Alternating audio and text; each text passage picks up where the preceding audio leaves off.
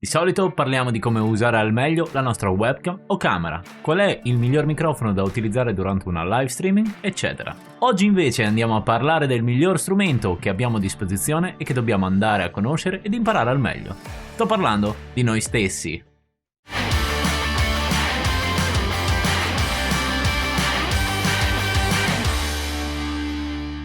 Salve a tutti e benvenuti in un nuovo video qui su The Noob Stream. Oggi andiamo a vedere 5 step per migliorare la nostra confidence davanti alla camera. Ebbene sì, potremo parlare per ore di webcam e fotocamere digitali, di softbox e pannelli a LED, di microfoni condensatori o dinamici e di come settare al meglio tutta la nostra strumentazione per rendere il nostro video al meglio. Ma il primo vero strumento che dobbiamo iniziare a masterare quando siamo di fronte al nostro dispositivo di registrazione è la padronanza di noi stessi davanti alla camera ed essere sicuri nel portare le nostre argomentazioni. Soprattutto le prime volte sedersi davanti a una videocamera può essere snervante e debilitante. Se fai fatica a sentirti a tuo agio davanti a una camera, tranquillo, non sei il solo. Moltissime persone che si cimentano e si trovano per la prima volta a parlare e a portare un concetto davanti ad una videocamera mostrano un senso di inadeguatezza, di poca fiducia in se stessi e di quello che si vuole portare. Anche io, come detto in precedenza, nonostante non sia sicuramente un esperto, ma neanche sia la prima volta davanti a un dispositivo di registrazione, rimango sempre spiazzato i primi minuti che devo registrare un nuovo video. Come se dovessi trovare la frequenza giusta su cui settarmi per portare a casa il risultato. Il goal di questo video è che alla fine di esso voi possiate portarvi a casa qualcosa per migliorare la vostra confidence mentre registrate un video. Il primo consiglio è sempre pianificare. Personalmente pianifico i miei video scrivendo uno script parola per parola, da utilizzare in seguito grazie ad un teleprompter oppure da ricordare mentre porto il concetto davanti alla camera. Molti pensano che questo metodo porti meno naturalezza e meno personalità al video proprio perché si sta leggendo un testo. Questo può essere evitato grazie ad alcuni accorgimenti, come ad esempio scrivere mettendo la punteggiatura e le pause come se si stesse parlando. In più, si dice che la pratica rende perfetti, quindi con il tempo e con l'esperienza si riuscirà a migliorare e a sembrare più naturali. Una cosa fondamentale da fare quando si scrive uno script è sicuramente rileggere più e più volte il testo dopo averlo completato in modo da capire se si sta seguendo un filo logico che suoni naturale e farlo proprio. Così che, una volta davanti alla telecamera, non andremo a sembrare dei burattini.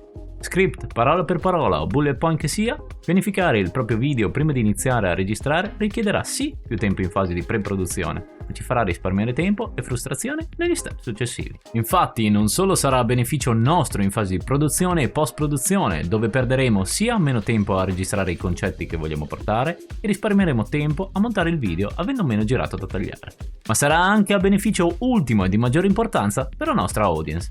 Perché seguendo uno script o un bullet point andremo dritto al concetto che vogliamo portare senza per sbaglio deviare dal discorso. Se vi sta piacendo il video fatemelo sapere lasciando un bel mi piace, commentando qui sotto per dirmi cosa ne pensate, iscrivetevi se non l'avete già fatto e non scordatevi di attivare le notifiche per rimanere aggiornati sui futuri video. Consiglio numero 2. Guarda sempre in camera. Registrare video che sia su YouTube o su altre piattaforme è diverso che fare live streaming. In live la connessione tra content creator e il pubblico si instaura tramite l'interazione con la chat. Quando si sta registrando un video questa interazione non esiste. Quindi un modo molto efficace per creare questa connessione è guardare sempre in camera. Guardare in camera significa guardare l'utente che starà usufruendo del nostro contenuto e creare un collegamento con lo spettatore dandogli la dovuta importanza. Il primo passo è sicuramente il posizionamento del nostro dispositivo, che non potrà essere troppo in basso e puntare al nostro mento o troppo in alto e puntare alla nostra fronte. Posizioneremo infatti il nostro dispositivo a livello occhi e alzeremo leggermente, inclinandola verso il basso. In questo modo sarà più semplice e meno stancante a livello fisico mantenere lo sguardo su di essa. Un altro scoglio nel guardare l'obiettivo mentre si parla è la sensazione di parlare da soli. Questo è un trick mentale che dobbiamo superare.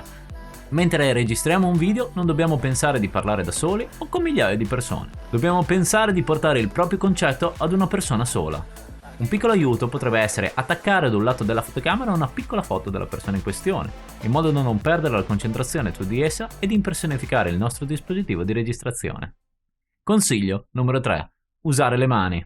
Usare le proprie mani mentre stiamo parlando nei nostri video ci permetterà di aggiungere un altro linguaggio al video stesso. Il body language, se utilizzato nella maniera corretta, può essere uno strumento potentissimo che ci permette di enfatizzare ed amplificare i nostri concetti. Che sia semplicemente enfatizzare un numero mentre lo staremo pronunciando o marcare un concetto fondamentale nel nostro discorso, l'utilizzo delle mani porterà a un altro livello alla nostra comunicazione. Prendiamo ad esempio una persona statica davanti alla telecamera, porterà sicuramente un'energia e delle emozioni diverse di una persona che parla ad essa non solo con la propria voce ma anche con il proprio corpo. Fermiamoci un attimo, è questo il punto fondamentale nel fare video, trasmettere emozioni. Che sia gioia, dolore, senso di appartenenza o empatia nel trovarsi in una situazione simile. Trasmettere un'emozione tramite una telecamera è sì la parte più difficile ma anche la parte più importante per chi fa video.